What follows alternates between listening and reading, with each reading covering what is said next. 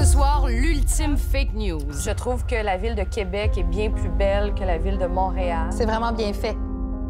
Dans un monde où la désinformation de masse inquiète, l'intelligence artificielle permet maintenant de créer des faux presque plus vrais que nature. President Trump is a total and complete dipshit.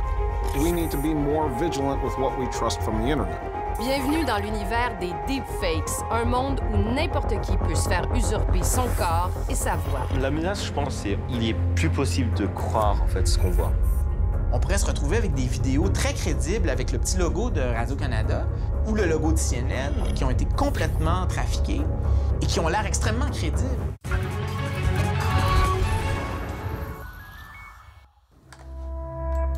We're entering an era in which our enemies can make it look like anyone is saying anything at any point in time. Ce discours de Barack Obama passera à l'histoire, non pas en raison de son contenu.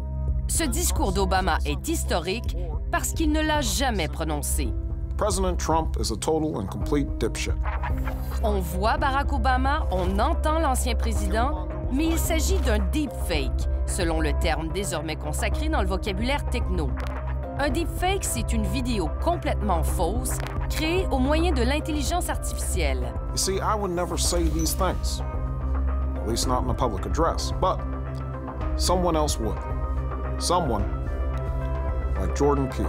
Jordan Peele, c'est le réalisateur qui a réussi ce trucage d'Obama. Moving forward, we need to be more vigilant with what we trust from the internet. Son but était d'alerter le public aux dérives potentielles du procédé. Obama, c'était vraiment une prise de conscience qu'on était face à quelque chose qui était potentiellement très dangereux dans notre rapport à la démocratie.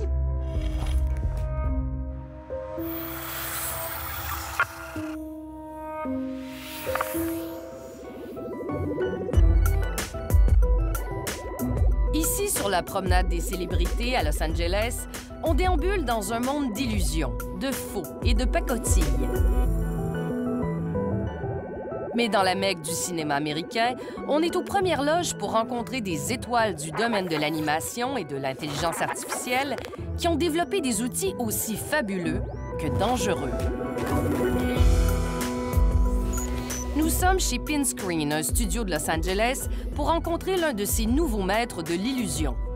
Donc, ce que je vais faire, je vais juste prendre une photo de moi-même.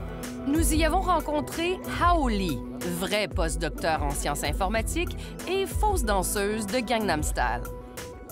Il me prête son visage et je lui prête ma voix. Alors, salut, Hao. Je suis très heureuse de te rencontrer toute ton équipe ici chez Pinscreen.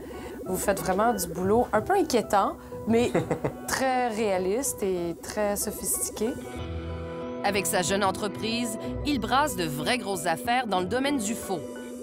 Le but qu'on a, en fait, c'est de créer une technologie qui permet, en fait, des gens de communiquer en 3D dans le futur et aussi de créer, en fait, des avatars. En 2013, Hao Lee a contribué à un trucage historique.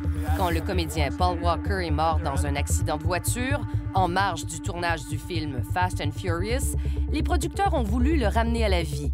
Ils ont demandé à ses frères, qui lui ressemblaient déjà beaucoup, de prendre la relève pour ensuite remplacer leur visage par celui de Paul Walker. Moi, en particulier, j'ai travaillé sur le tracking, en fait, du visage de son frère.